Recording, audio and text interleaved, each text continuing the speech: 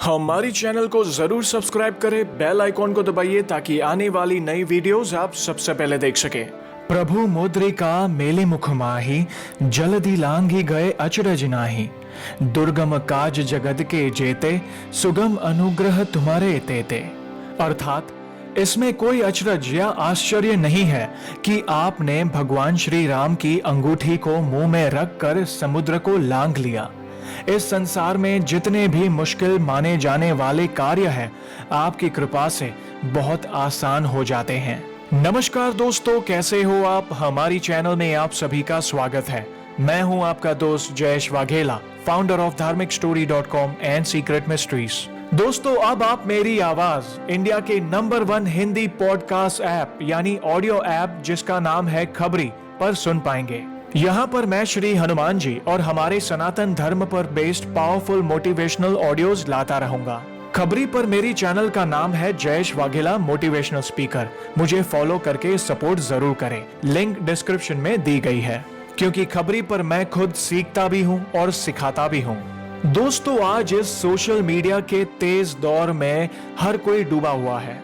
दुनिया के किसी भी कोने में बसे लोगों से आप जुड़ सकते हैं, लेकिन जितना लाभ हमें सोशल मीडिया से होता है, उससे कई गुना ज्यादा हमें नुकसान या तकलीफ हो सकती है अगर आप सतर्क ना रहे तो। ऐसा ही कुछ इस भक्त के साथ हुआ। उनकी एक गलती के कारण बहुत बड़ा अनर्थ हो सकता था, लेकिन कैसे इस भक्त और उनके परिवार को श्री हनुमान जी ने एक बहुत बड़े संकट से बचाया, जिसे जानकर भगवान पर बढ़ेगा विश्वास आपका।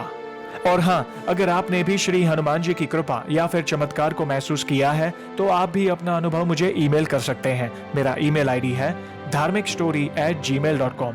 हम एक के बाद एक हमारे वीडियोस के जरिए आपके अनुभव को शेयर करेंगे। तो चलिए पेश करते हैं श्री हनुमान जी के चमत्कार से जुड़ी एक और जबरदस्त वीडियो। मेरा नाम प्रशांत है और मैं एक स्टूडेंट हूँ। मेरी उम्र 20 साल है और मैं राजस्थान के नाथ द्वारा का रहने वाला हूँ। मैं आपके वीडियोस बहुत टाइम से देख रहा हूँ और मुझे आपके वीडियोस बहुत पसंद आते हैं। आज मैं बहुत हिम्मत के साथ आपसे मेरा अनुभव शेयर कर रहा हूँ। मैं श्री हनुमान जी को सच्चे मन से मानता हूँ और मैंने उनके चमत्कार को महसूस किया है। ये बात पिछले साल जून 2019 की है, जब मैं मेरे ग्रेजुएशन के 2nd ईयर में था। मेरे पिताजी एक बिजनेसमैन हैं और साथ ही वे पॉलिटिक्स में भी एक्टिव है। ये बात शुरू हुई जनवरी 2019 में, जब मुझे मेरे फेसबुक अकाउंट पर एक फ्रेंड रिक्वेस्ट आई जो कि मेरे एक रिलेटिव है, उनके फ्रेंड की ही थी। पर मैं उसे बिल्कुल भी नहीं जानता था, लेकिन रिलेटिव की वजह से मैंने उसकी रिक्वेस्ट एक्सेप्ट कर ली। बस ये ही मेरी सबसे बड़ी गलती थी, जो उसे जाने बिना उसकी रिक्वेस्ट एक्सेप्ट कर ली। फिर कुछ ही दिनों बाद उसका एक मैसेज आता है और हमारी थोड़े टाइम तक नॉर्मली बात होती है, और फिर अचानक उसका मुझे कॉल आता है और वो मुझे मिलने के लिए बुलाता है।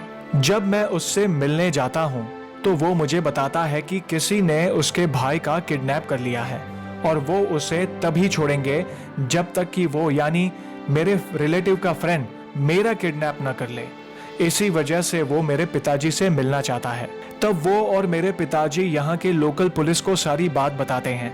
फिर लोकल पुलिस अपना इन्वेस्टिगेशन शुरू करती है, लेकिन मेरे एग्जाम्स भी शुरू होने वाले थे, इसलिए मेरे पिताजी ने मुझे सिर्फ पढ़ाई में ध्यान देने के लिए कहा।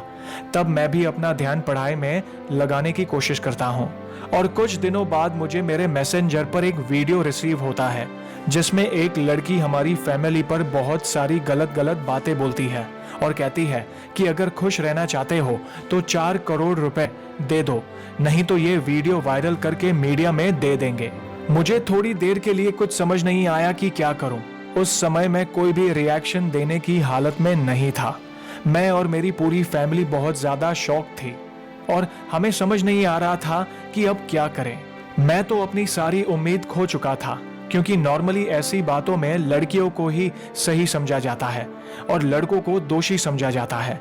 मैंने और मेरी फैमिली ने ये सारी बात लोकल पुलिस को बताई और उन्होंने सारी बातें समझकर हमारी कंप्लेन रजिस्टर कर ली। फिर रोज नए आईडी से धमकी भरे मैसेजेस और ऑडियो क्लिप्स आते रहे। पुलिस भी उन्हें ट्रेस नहीं कर पा रही थी, क्योंकि वो सब फेक सिम कार्ड से सेंड किए जा रहे थे। ये सारा खेल बहुत दिनों तक चला, करीब 4 महीनों तक ये सब चलता रहा। उस बीच हर रोज बहुत सारी नई धमकियां और मैसेजेस आने लगे। मैं अपनी सारी उम्मीद खो चुका था और उस समय मुझे सिर्फ और सिर्फ एक ही नाम याद आ रहा था और वो था मेरे संकट मोचन हनुमान जी का नाम। मेरी आखिरी उम्मीद बस वे ही थे। मैं हर रोज उनसे सच्चे मन से प्रार्थना करता था और ऊपर से मेरे एग्जाम्स का भी लोड था। मैं अपनी पढ़ाई में बिल्कुल भी ध्यान नहीं दे पा रहा था। फिर एक दिन न्यूज आती है कि पुलिस ने उसका पता लगा लिया है जो ये सब कर रहा था।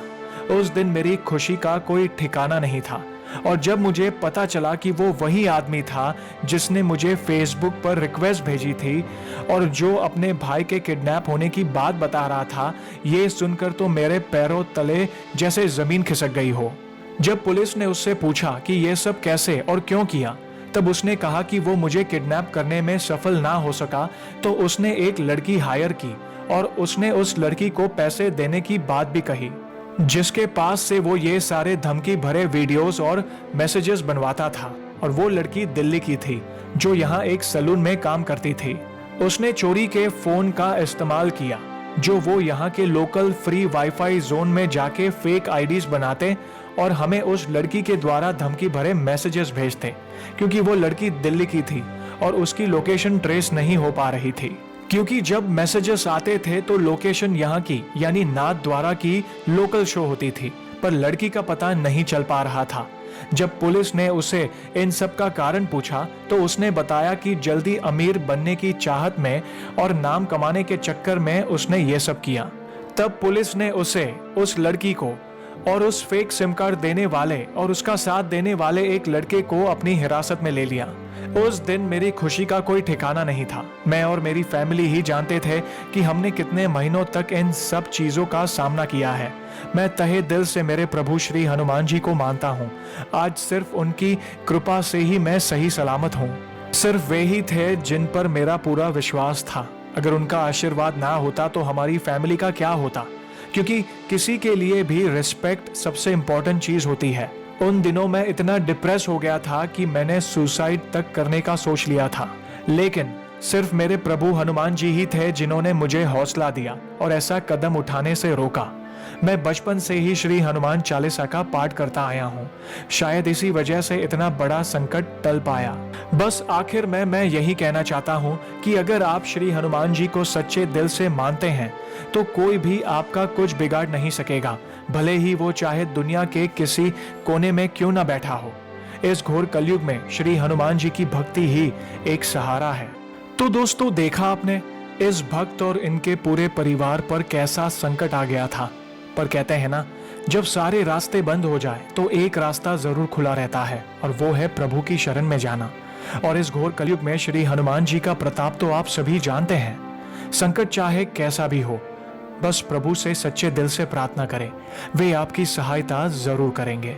तो ऐसे ही है हमारे बजरंगबली।